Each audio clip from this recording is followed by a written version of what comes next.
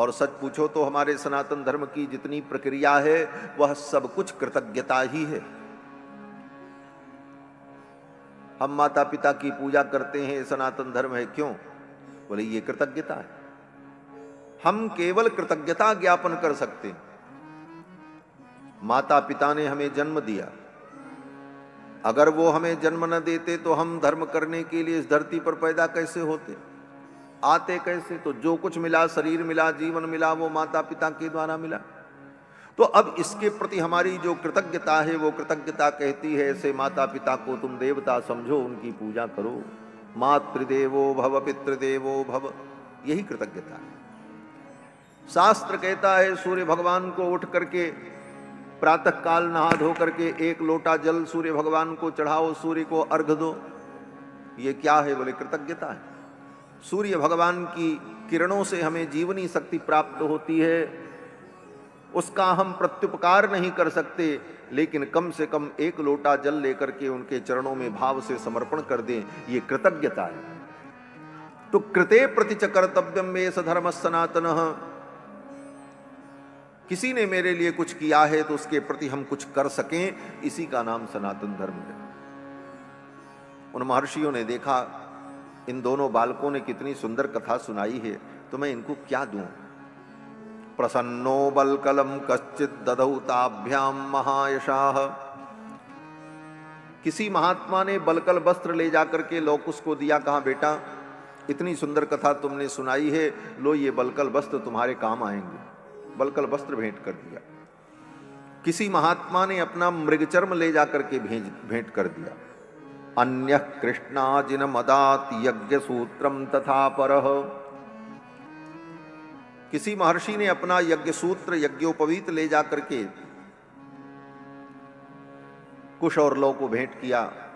कश्चित कमंडलुम प्रादान मौंजी मन्यो तथा परह, किसी महात्मा ने अपना कमंडल ले जाकर के लौकुश को दे दिया, बेटा इतनी सुंदर कथा सुनाई, ये कमंडल तुम लो, ये तुम्हारे काम आ जाए। एक महात्मा बड़े विचित्र थे महाराज। ताभ्याम ददौ तदा हृष्टक कुठारम अपरो मुनि, एक मुनि बैठ करके कथा सुन रहे थे, इतने भाव विभोर हुए, उनके हाथ में कुल्हाड़ी थी, लकड़ी काटने के लिए जंगल में जा रहे थे। कथा सुन करके इतने आनंदित हुए कि वो कुल्हाड़ी ले जाकर के व्यासपीठ पर चढ़ा दी और कहा बेटा लो ये तुम्हारे काम आ जाए। कुठारम अपरो मुनि, एक महात्मा बड़े विरक्त थे, उनके पास कुछ नहीं था। केले की कौपीन और बड़ी बड़ी जटाएं, जटाओं को बांधने के लिए एक दर्भ की कुश की बनी हुई डोरी रखते थे, उसी डोरी से जटाओं को बांध लेते थे। बिखरी रहेंगी जटाएं तो कार्य करने में, चलने फिरने में, भजन पूजन में बाधा होती, तो एक डोरी रखी थी जटा बांधने के लिए, और उनके पास कुछ नहीं था। कथा सुनकर के वे महात्मा इतने भाव विभोर हुए कि अपना जटा बंधन ही खोल करके उठा करके व्यासपीठ पर चढ़ा दिया। जटा बंधन मन्यस्तु काष्ठरज्जुम मुदान्वितः, इस प्रकार से सभी मुनि महात्माओं ने यथाशक्ति कुश और लौ को कुछ कुछ वस्तुएं भेंट की। और फिर एक महात्मा तो ऐसे थे महाराज, उनके पास कुछ नहीं था, बड़े विरक्त थे, संग्रह नहीं था। कथा सुनकर के आनंदित हुए और उन्होंने उठ करके कहा बेटा मैंने जीवन में किसी वस्तु का संग्रह नहीं किया, तो मैं तुम्हें क्या दूं, लेकिन हां जीवन में मैंने तपस्या की है, मेरे जीवन का धन तप है, मैं तपोधन हूं। तपस्या ही जिसका धन हो उसको कहते हैं तपोधन। महात्मा ने कहा मैं तो तपोधन हूं, मेरे पास कुछ और है नहीं, तपस्या ही है। तो बेटा मैं संकल्प करके अपनी तपस्या का मैं तुम्हें दान करता हूं, मेरी तपस्या तुम्हें प्राप्त हो जाए और तुम सदा आनंदित रहो, और ऐसी ही राम कथा सुना करके हम सबको आनंद प्रदान कर। महात्मा ने अपनी तपस्या दे दी महाराज। इतनी सुंदर कथा सुनाई तुमने, मेरी तपस्या तुमको लग जाए। तुम सदा सुखी रहो, सदा आनंदित रहो और स्वस्थ रहो, और इसी प्रकार राम जी का गुणगान सुनाते रहो और हम सबको आनंद प्रदान करते रहो। ये आशीर्वाद उन महात्माओं ने कुश और लौ को दिया।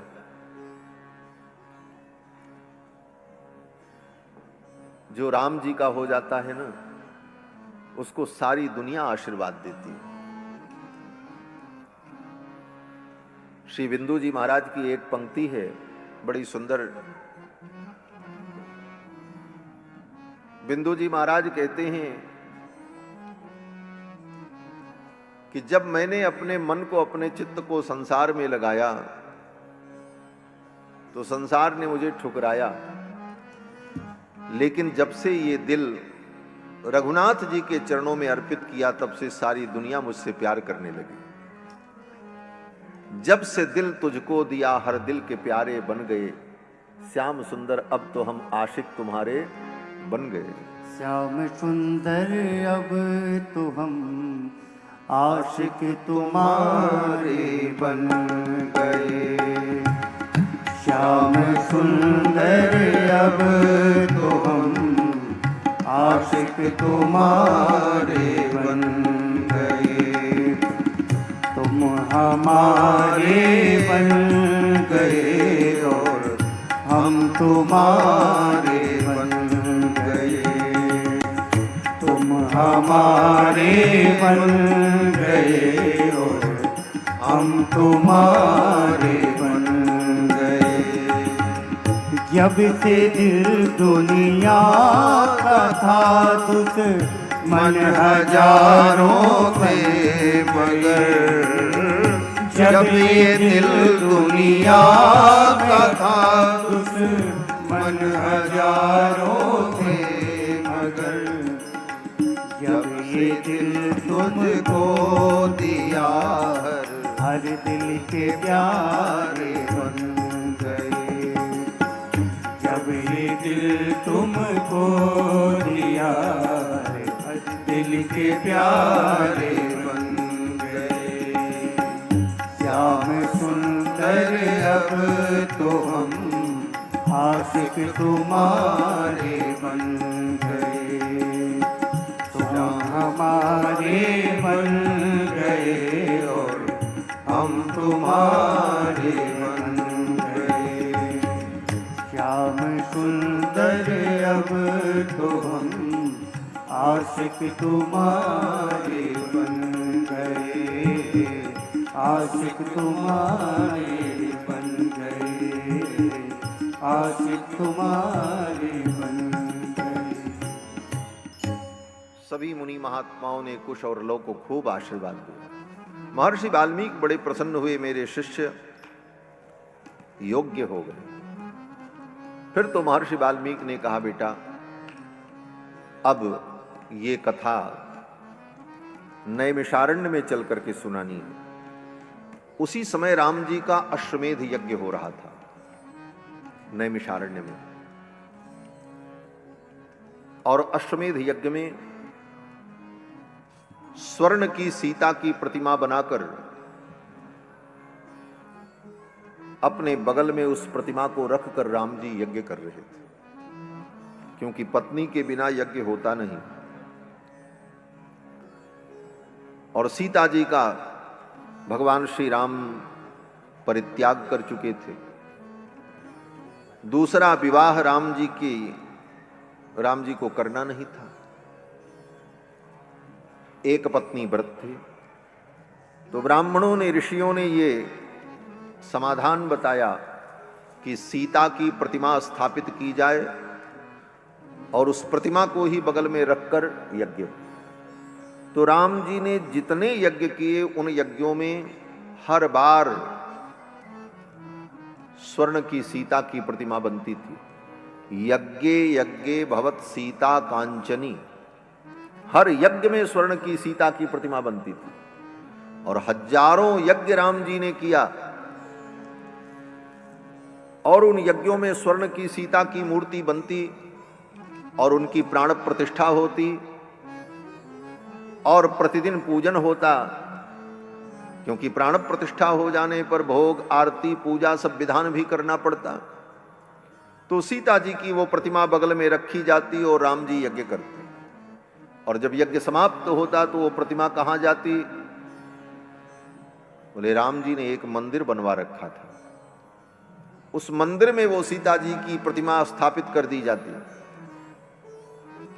फिर दूसरा यज्ञ होने के बाद जो प्रतिमा आती वो भी उसी मंदिर में रखी जाती और नित्य प्रति उस मंदिर में श्री जानकी जी की पूजा और भोग आरती होती, क्योंकि सबकी प्राण प्रतिष्ठा थी। एक दो नहीं, हजारों जानकी जी की प्रतिमाएं उस मंदिर में विराजमान रहती थी और सबके अंदर प्राण प्रतिष्ठा और विधि विधान पूजन ये सब चलता रहता था। कभी कभी राम जी जब अत्यंत व्यथित होते थे श्री जानकी जी की याद में, तो राम जी चुपचाप अपने महल से निकलकर अकेले उस मंदिर में चले जाते थे और सीता जी की उन प्रतिमाओं को देख देख करके राम जी अकेले ही रोते थे। राम जी का जो करुण रस है, कारुण्यम भवभूतिरेव तनुते, वो कारुण्य रस देखना है तो भवभूति के महाकाव्य में उत्तर रामचरितम में देखो, राम जी का जो उत्तर चरित्र है, सीता जी के वन में चले जाने के बाद का चरित्र,